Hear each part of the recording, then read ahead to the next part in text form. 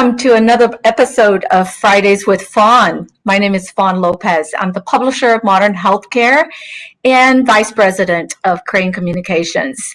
It has been a while since we have had an episode, but hopefully many of you have attended the Women Leaders in Healthcare Conference. Now that the 2020 conference is over, we will be coming to you once a month to talk about the issues we face as women leaders, how we overcome them, and how we can continue to grow and develop personally and professionally.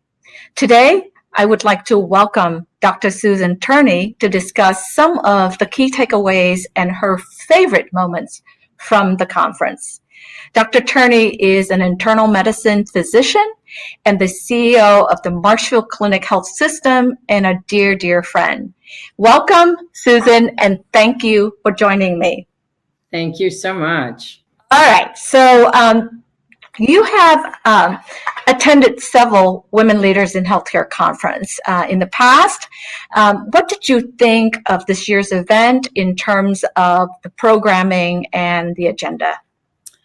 Well, I would have to say this year is no exception. It really was an excellent conference. And like every other aspect of life, this year's conference was a little different and was, of course, shaped by the pandemic. But the substance was no less, and certainly the connections that we were able to make were greater. And I would say that what the conference really showed us, if I had to sum it up in just a couple of sentences, is that crisis requires good leadership. And events like this, the Women Leaders in Healthcare Conference, really, I believe, took on a new meaning and even more importance this year. It's never more important to be bold, to be compassionate, and to really be a student. So I know that part of the journey for this conference as it evolved is to keep us learning, to keep us growing. And this was truly an invaluable resource for women. And I believe this is good for everyone's leadership journey. The virtual conference had so many amazing sessions, and I know it's hard to choose a favorite, but I'm going to ask you to do so anyway. What was your favorite session, and why was it your favorite? You know, it's hard when you see your friends speaking and they're going to perhaps watch this broadcast and knowing that they might not be the one that was chosen, because there was great content and wonderful presentations. And I really had a hard time choosing. But when I had to step back and think about what had the biggest impact on me at this point in time in my life is the Lifting Voices address that was shared by, shared by Eugene Woods. Yeah, it was, because we're seeing such a sea change in American politics, in our culture, in our social life, working toward a more inclusive, equitable, and aware environment. Clearly, that just stood out for me and just resonated. And, I'm sure there's some backlash against the movement that's occurring right now. And it's always true when things are changing. But the demographic shift is undeniable. We are seeing more women, and we are seeing more people of color who are demanding a seat at the table, and they should. It's a reflection of how America looks. We are a diverse nation, and we must all be represented. And you know what? It is good for everyone when that happens. The one thing that I preach to my staff is that diversity is probably our greatest strength.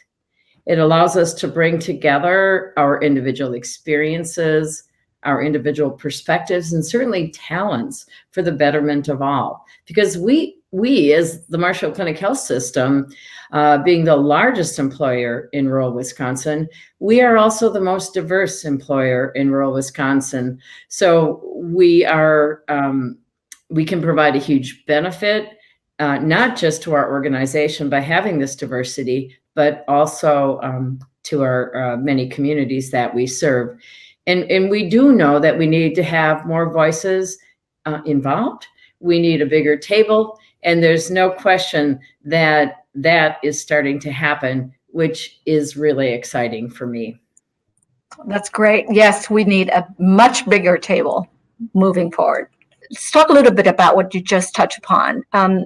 One of the sessions at Women Leaders was about leading through crisis and chaos. Marshfield Clinic is an integrated system with over 10,000 employees, more than 1,200 providers, and a health plan, and over 50 locations throughout Wisconsin. How are you and your staff doing these days? What are some of the ways in which you are dealing with this crisis and leading through these times? And what, finally, advice do you have for other leaders? You know, that's a big question, and we could talk about it for hours. But I think, like most Americans, this is a very difficult time emotionally. And I have been very, very frank with our staff, and I have communicated consistently about the death of George Floyd, about the shooting of Jacob Blake. You know, I've acknowledged and spoken with staff about the fact that we are a divided country, and I really don't see any point in not acknowledging the elephant in the room. We have to talk about these things if we're going to make progress, and we have to make progress on race and equality. So, you know, it really starts with a conversation that has to be a big part of it. And you know what? I know it's uncomfortable and it is hard to do, but it has to be done. That work is really important for all of us as individuals, but as the major employer in our service area and as a leader in our communities, we have to help foster that conversation. Again, I mentioned that we are one of the most diverse employers in rural Wisconsin. So I think we have an additional responsibility and an additional obligation to really help lead this conversation and to remind people again that what a strength diversity is for our company and for our country. And, you know, when you think about in terms of supporting diversity, when you think about in terms of supporting inclusion, equity, we have clearly not done enough, whether it's our company, whether it's our country. So for our health system, we are making this an issue of one of our top strategic imperatives for 2021. And we do have specific teams that are dedicated to the effort because we know that racism is a public health crisis. And it is a public health issue that we need to participate in solving. And we know that because of the systemic nature of racism and how it is baked into our institutions and the norms are there, we have to change that because a lot is happening and maybe not even knowing it. So we're given, I believe, by this moment in time, what I consider a new lens. We need to view the world and to view our history, and we need to take this opportunity. We need to seize this opportunity to grow and to truly become a country that really matches what I believe are our ideals. Right. So I am curious, the conversations you had with your staff since in the wake of George Floyd's death, was it hard at first, and what was the reaction from your staff? Well, you know, we do have a large staff, so whenever I speak to our leaders or send something out by email, there's a chance that, you know, I will get positive comments and that there will be some comments that are critical. But I have to say, when I said we would not tolerate prejudice, we will not tolerate biases, that we must have the conversation and we must set this as a priority, I got back hundreds of emails that were positive, saying, thank you, the time is now, this is essential. And many, many people shared personal experiences because of their culture, their race, their religion, their nationality, their color. So it was kind of going back to what, you know, Eugene said. It was very uplifting and very moving. And I do believe we have to seize on this moment, but it's hard. It's hard to be bold. And I really struggled with what I was going to say to the staff, because words matter. And I wanted to make sure that it was having, the impact that I intended. Absolutely. So let's talk a little bit about the differences, similarities and differences between men and women in terms of leadership. And in what way are we similar, and in what way are we different as leaders? Well, it's sort of interesting because I've thought about this a lot. And in some respects, I think it does a disservice to the individual leader to generalize too much. I know that there are clearly stereotypes that women may be more empathic, they may be more open in listening than their male leaders, who might be believed to be more aggressive or bold. But honestly, I've met plenty of men, I met plenty of women leaders who do not fit any of those stereotypes. And what I would say is, it's different for women having to navigate in a predominantly male environment. But I think if I had to give anyone advice, is that what's most important really for any leader is to really find a way to be themselves.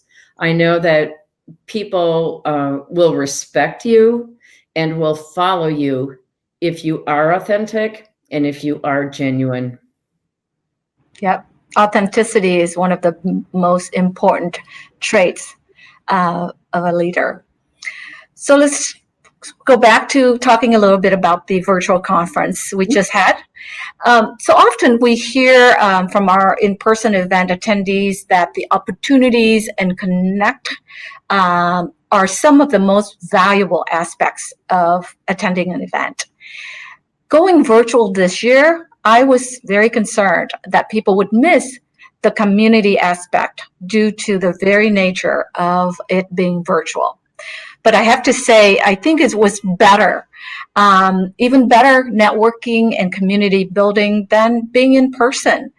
We received so much positive feedback about the networking carousel, the exhibitor booths, the networking events, and the ability to chat with everyone during the presentations. This made for very interactive sessions and experiences that you would not have at an in-person event.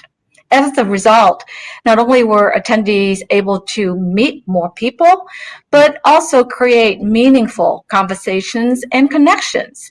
What do you think? Were you able to interact more with folks on the virtual platform? I thought and agree with you that in many aspects there were a lot more opportunity to connect with folks because it was live and you didn't get stuck in a corner talking to someone. You could keep the conversation going, and people were making connections that from a business perspective for me were very important. So I really appreciated that. I know that when there's the hum of the activity at a meeting, which is great when it's in person, doesn't always allow you to get to serve the needs that you had when you when you showed up at the conference. But I do miss that in-person contact. I think in so many aspects, it's so important to our life. I really think that the way it was managed, one, could not have been better, but also it did make a major impact on everybody that attended. And I don't think I missed a session that I know of. So and there were times I had to bop out in between sessions because we all have work to catch up on. But I really, I was glued to my seat. Great. So Susan, what session did you attend and afterwards felt that you really learned something new and would be able to apply that learning in your day-to-day? What was it that you learned? I'm going to, again, go back to the speech that Eugene gave. It was just so personally impactful for me to hear his address and then to see what has happened in our backyard in Kenosha just shortly after his comments were shared. And it, that really hit me hard. His remarks were about gender equity, but of course, we are in the midst of a national discussion about equity for every marginalized group in this country. He talked about intentionally building a stage for women voices to be heard. I agree. I think we need to do that for women and for any group that has been historically marginalized. But I'm just going to share a little bit of a story about my own family. I have a Black son-in-law, and they have 3 children. So I have 3 biracial grandbabies. And it horrifies me to think that they are growing up in such a different America simply because of the color of their skin. And I have witnessed situations in their presence that have deeply, deeply saddened me. So as hard as 2020 has been, there will be a lot of good that comes out of this year. I think we will see progress in terms of equality for all people. And I do think that there will be a resurgence of empathy as well. I'm not sure if we have hit our emotional rock bottom as a country, but certainly this has been a very emotionally challenged time. And I'm hopeful that empathy can have that resurgence that we need across our country. And I do think that we'll get back on track about coming together. And what I share with my family, what I share with my staff, we don't need to agree on every issue. That is not what anybody is asking. That is not what anybody is saying. What we need to do is agree to really extend to each other that very basic respect. So I think by bringing the historically marginalized voices to the table, I really think this is an opportunity to really change our country. And I think it can be better. And I do believe, again, that it can live up to the ideals that we all stand for. I couldn't agree more with you. And with that, it gives me so much hope for the future. Thanks. Resilience, empathy, courage, all. It's just something that just hearing from you and watching all that's been going on gives me a lot of hope. Yes, it's been tough, but we are in for, what I believe to be a much better future.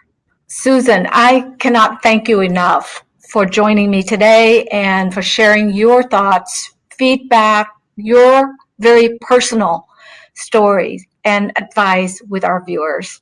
Until next month, thank you everyone for watching, and please save the date for Women Leaders in Healthcare Conference in 2021. It's going to be July 22nd and 23rd. Thank you so much. Thank you.